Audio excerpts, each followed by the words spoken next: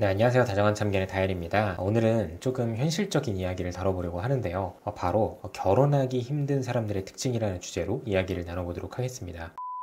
요즘은 사회 경제가 많이 어렵고 또 즐길 거리가 많아져서 연애를 할 때도 우리의 연애에서 뭐가 중요한 건지 우선순위를 제대로 정하지 못한 채 감정에만 이끌려서 만남을 이어가다가 헤어지는 분들이 굉장히 많습니다. 바로 본론으로 들어가서 결혼하기 힘든 사람의 첫 번째는 바로 나는 아직 결혼 생각이 없어. 나는 지금으로부터 3년, 5년 후에 결혼 생각을 할 것 같아. 라고 말하는 사람들입니다. 우선 이런 말을 하는 사람의 심리를 살펴볼 필요가 있어요. 만약에 내가 해외 파견을 다녀오는 입장이다. 박사 학위를 앞두고 있다. 이런 비슷한 느낌으로 시간이 조금만 더 흐르면 어떠한 목표를 달성한다. 예를 들어서 이런 사람들이 나는 지금보다 조금 더 몇 년 있다가 결혼을 하고 싶어 라고 말을 한다면 결혼에 대해 충분히 타협이 가능하고 현실적인 가능성이 있습니다. 하지만 앞선 말을 하는 사람들의 열의 아홉은 별 생각이 없고 내적으로든 외적으로든 준비가 된 게 없거나 당장에도 하고 있지 않은 경우입니다. 그래서 전자의 경우 해외 파견이든 목표한 무엇이든 그게 이루어졌을 때 그만큼 돌아오는 보상값이 분명히 있기 때문에 그때부터 결혼 시기를 정할 수가 있는데, 후자의 경우에는 내가 지금 당장은 결혼 생각이 없다라고 말은 했지만 사실 지금이 아니더라도 나중 언젠가라고 할지라도 그 시기가 대체 언제쯤일지 그 말을 하는 사람도 듣는 사람도 계속 머릿속에 물음표가 떠오를 수밖에 없어요. 그래서 그런 식으로 민기적대는 태도만 보이다가 만나던 사람을 다른 사람에게 뺏기거나 차이는 경우가 대부분이죠. 그리고 아무래도 나이에 따라서도 판단을 할 수가 있는데 내 나이가 25살밖에 안 됐는데 3년 후, 5년 후에 결혼을 할 거다. 이거는 어찌 보면 당연한 거고 그렇게 될 수밖에 없죠. 그런데 지금 우리의 나이가 30을 넘어가고 있는데 아직도 5년 뒤 이런 말을 뱉고 있다면 하루빨리 헤어지는 게 상책이 될 확률이 매우 높다고 봅니다. 그런 사람은 막상 3년, 5년이 흘러도 그때 돼서 또 나중에 지금은 좀 이른 것 같다. 이런 말을 하면서 왜 나의 마음을 계속 더 조급하게 만드냐고 내 탓을 하게 될 확률도 굉장히 높아요. 다음으로 두 번째는 바로 남들이 해야 하는 건 다 따라서 해야 하는 사람입니다. 예를 들면 데이트나 여행, 최신형 기기, 유행하는 옷, 제품 등등 해가 바뀌고 시즌이 바뀔 때마다 남들이 하는 건 유행에 따라서 똑같이 다 하고 싶어 하는 사람이 있습니다. 그런데 하고 싶은 게 많은 게 잘못은 아니죠. 누구나 마음으로는 다 새로운 거 갖고 싶고 남들이 하는 거 해보고 싶기는 하니까요. 다만 그냥 대책 없이 의식의 흐름에 따라 돈을 소비하고 그에 따라서 모아둔 돈도 남들보다 압도적으로 적고 심지어는 아예 없는 경우도 있고, 이게 문제가 되는 거죠. 그리고 또 그렇다는 건 미래에 대한 계획이 전혀 없다라는 뜻으로 해석을 할 수도 있고, 더 나아가서는 무지한 사람이라는 게 드러나는 거고요. 이런 사람들의 문제점 중에 가장 큰 부분으로 지적할 수 있는 건 바로 자신의 힘으로는 결혼을 할 수 없다는 겁니다. 결국 전적으로 부모님에게 자금적으로 기대거나 아니면 만나는 사람에게 기대지 않는 한 자신의 힘으로는 결혼의 문턱을 넘을 수 없다는 거예요. 그렇다는 건 이미 결혼이라는 관점에서 놓고 봤을 때 50%가 감점이 된 상태에서 시작을 한다는 거죠. 그나마 집안이 좋아서 결혼을 할 때 수억씩 받을 수 있는 입장이라고 한다면 상관이 없죠. 하지만 그것도 아니라면 결혼과는 부적합한 사람이라고 말을 할 수 있어요. 그렇기 때문에 내가 결혼 생각이 있는 사람이라면 이런 사람은 거르는 게 맞습니다. 다음으로 세 번째는 바로 인간관계에 목을 매는 사람들입니다. 인간관계라고 하면 취미활동, 친목, 술자리, 이성 등이 있겠죠. 물론 여기에 목매는 사람들 중에서도 결혼까지 골인을 하는 사람들이 있기는 합니다. 그건 바로 두 남녀가 함께 그러한 활동을 즐기는 경우예요. 내 남자가 술을 좋아하는데 나도 그 자리에 따라 나가서 같이 술을 마시고 그 안에서 서로가 서로의 겹지인들을 다 아는 그런 느낌. 이런 사람들은 막말로 우리 둘이서 결혼을 하게 되면 초대할 사람들도 많기 때문에 축의금도 든든할 겁니다. 그런데 제가 직접 결혼을 경험해보고 느낀 점을 말씀을 드리면 생각보다 미혼인 사람들이 되게 많이 모르는 게, 결혼을 하면요 친구를 만난다거나 취미활동을 한다거나 그럴 만한 시간이 그렇게 많지가 않습니다. 매일 출퇴근하고 서로 힘들게 일하고 집에 오면 살림할 거 하고 청소할 거 하고 시간 남으면 함께 산책도 하고 또 식사 준비도 해야 하고, 그리고 주말 됐을 때 또 나름 시간이 남으면 그 시간을 활용해서 우리 둘이 함께 시간을 보내기도 하고, 또 다르게는 양가 부모님을 찾아뵙게 되는 순간들도 있고, 그래서 친구를 만나더라도 밤 늦은 시간까지 거기에 계속 앉아서 술 따르고 이럴 시간이 없다는 겁니다. 그래서 결혼 전부터 이런 문제가 전혀 제어가 되지 않는 사람들은 그냥 결혼을 하면 안 되는 대상이라고 봐도 무방하고, 여기에 목을 매는 사람들을 만나게 되면 결혼을 결혼을 하더라도 언제 어디서 어떻게 불똥이 튀어서 헤어져도 이상하지가 않다. 이어서 네 번째는 바로 돈이 없는 사람입니다. 연인관계가 진지해질수록 결코 무시할 수 없는 게 바로 돈이잖아요. 그리고 뭐 몇 살인데 얼마쯤 모았냐, 이런 주제가 나올 때마다 항상 따라 나오는 말이 있는데 바로 사연입니다. 사연. 뭐 내 사정이 이러해서 난 요만큼밖에 못 모았다, 내 사정이 저러해서 나는 아예 못 모았다 등등. 그리고 실제로 들어봤을 때 뭐 가족의 빚을 대신 갚아준다거나 아니면 가족 중에 아픈 사람이 있어서 내가 케어를 했어야 한다거나, 이렇게 안타까운 사연들도 존재하기는 합니다. 그리고 이거는 어쩔 수 없는 사연이고 내가 이런 부분을 알고 만났다고 하면 오히려 동정심도 생겨서 내가 더 도와주고 싶다는 생각을 하게 되기도 해요. 하지만 대부분은 그렇지가 않잖아요. 대부분은 자기가 쓰느라, 뭐 즐기느라, 스트레스 때문에 일을 쉬느라, 일이 힘들어서 돈이라도 많이 썼거나 뭐 아니면 차를 샀거나, 이렇듯 온전히 100% 자신의 손으로 자신의 선택으로 만든 결과들이라는 거예요. 이 또한 사실 어릴 때는 상관이 없지만 결혼 정년기에 들어선 남녀가 돈이 없으면 현실적으로 당연히 결혼을 할 수가 없겠죠. 그리고 유명한 말 중에 하나가 돈을 얼마나 모았는지가 곧 이 사람의 생활 패턴, 뭐 성실함, 마인드 같은 것들을 증명하는 것이다. 그리고 이게 마치 이소무화, 뭐 개미와 배짱이 같은 비슷한 맥락이라고도 생각을 합니다. 그리고 여기서 더 중요한 것은 꼭 그 사람이 5천, 1억, 2억을 모았다 이것보다도 그 사람이 처한 환경에서 최소 몇 퍼센트 이상을 꾸준하게 모았냐, 사실 이 부분을 사람들은 더 중요하게 생각을 하는 것 같아요. 여기서 그 사람의 경제적인 마인드를 다 느낄 수 있잖아요. 저도 20대 중반에 처음 지금의 와이프를 만나서 연애를 시작하고 벌써 결혼한 지 3년이라는 시간이 흘러가고 있지만, 이게 저희처럼 어릴 때 만나서 오래 연애를 한 사람들은 사실 돈이 조금 부족해도 상관이 없는 경우가 많아요. 오히려 양가에서 지원을 받거나 아니면 서로 조금 없이 시작해도 되지라는 마인드가 어느 정도는 깔려 있습니다. 그런데 이게 참 웃기게도 나이가 들어서는 그게 쉽지가 않아요. 나이가 차면 내 능력과 상관없이 일단 눈은 높아지거든요. 그래서 상대방의 직업이나 뭐 연봉, 자산 이런 것들을 금방 파악을 하고 그 다음부터는 무의식 중에 머릿속에서 계산기가 두드려지기 때문에 나이가 찼는데도 내세울 게 아무것도 없는 사람이라고 하면 당연하게도 결혼 상대로 생각하기는 어려울 수밖에 없습니다. 그래서 이런 부분들에 대해서 이러쿵저러쿵 싸우는 그런 여론도 되게 많잖아요. 근데 어쩔 수가 없는 것 같아요. 현실이 그래요. 그리고 마지막 내용은 여자들에게만 해당이 되는 내용인데요. 나이가 찬 여자가 연하남을 만나는 경우입니다. 뭐 이것도 다 그렇다고는 할 수 없지만 뭐 연상의 남자를 만났을 때 결혼할 수 있는 확률이 이를테면 10이라고 가정을 해보면 연하를 만나면 극단적으로 1에서 2까지 떨어진다고 생각을 합니다. 뭐 기본적으로 1살 내지는 2살, 많게는 한 3살 정도까지 연하남과 잘 되는 경우들이 간간히 있기는 해요. 그리고 아주 가끔 보면 남자가 30대인데도 불구하고 본인은 연상도 상관이 없다라고 말을 하는 경우들이 있기는 합니다. 물론 10명 중에 1명 정도죠. 그리고 여자 남자 연상 연하 커플들의 연애 시작 스토리를 들어보면 대부분이 거의 다 비슷해요. 뭐 어쩌면 결말까지도 비슷하다고 볼 수 있는데요. 한 가지 상황을 가정을 해보면 여자 나이 32, 남자 나이 28인데 철없이 나에게 다가오는 이 연하남에게 나도 매력을 느낀 거죠. 하지만 어차피 우리의 나이 차이 이상 우리가 되기는 힘들 거라고 생각을 해서 계속해서 만남을 마다했는데 지속적인 남자의 대시, 나는 다른 남자들과 다르다, 나를 다른 남자들과 똑같이 생각하지 마라 라는 어떤 푸시 플러스 나도 분명히 결혼 생각이 있는 남자다, 그래서 너를 가볍게 만나는 게 아니다, 이러한 말을 듣다가 여자도 서서히 마음을 열어요. 그리고 달콤한 만남을 이어가겠죠. 그런데 이제 서로 느낄 수 있는 설레임이나 사랑의 감정들을 많이 느끼고 나서 이제 슬슬 서로의 단점이 보이기 시작하는 그런 구간이 있잖아요. 그리고 이렇게 시간이 흐르다 보니 어느덧 2년이라는 시간이 흘러서 여자는 34, 남자는 30이 되어버린 거예요. 그리고 어느 시점부터 남자는 흔히 말하는 입국닷을 시전합니다. 정확하게는 결혼에 대해서죠. 그리고 그런 남자의 모습을 보면서 여자의 마음은 조급해지기 시작하고 서로 싸움의 빈도가 늘어나다가 결국에는 남자가 헤어지자고 하는 거예요. 그리고 여기서부터 여자는 자기가 무엇을 반성하고 무엇을 고쳐야 하는지에 대해서 남자에게 구걸을 합니다. 그런데 사실 여기서는 여자가 뭘 바꾸고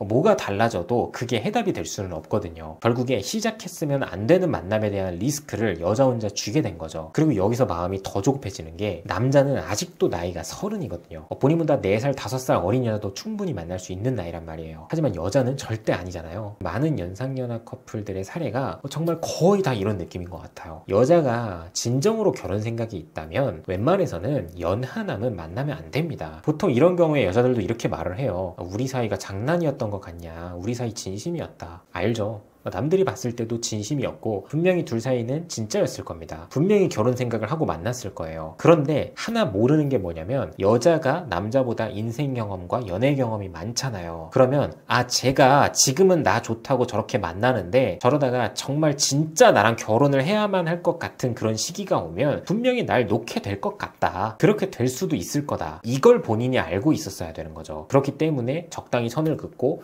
우리 어린 남자애가 날 좋아해주네. 역시 나 아직 살아있네. 이렇게 오구오구 달래주면서 돌려보냈었어야 되는 겁니다. 20대 초반 커플인 친구들이 나 나중에 너랑 같이 살 거야. 너랑 결혼할 거야. 너 닮은 아이 낳을 거야. 이렇게 말을 하는 시선과 똑같이 바라봐야 한다는 거예요. 20대 초반인 그들도 그 말이 거짓은 아니었거든요. 그래서 어쩌지? 나는 벌써 연하남과 사랑에 빠져버렸는데 이런 상황에 놓여있는 분들이 계시다면 나는 딱 6개월 만나고 양가 부모님께 인사를 드릴 게 아니라면 절대 만남 시작하지 않을 거다. 이 정도의 태도를 보일 게 아니면 애초에 시작을 해서는 안 됩니다. 결국에 여자만 상처를 입고 손해만 보고 끝나게 되는 게 연상연하 커플의 특징이라고 볼 수 있어요. 근데 오늘도 영상 봐주셔서 감사하고요. 지금까지 다정한 참견의 다엘이었습니다.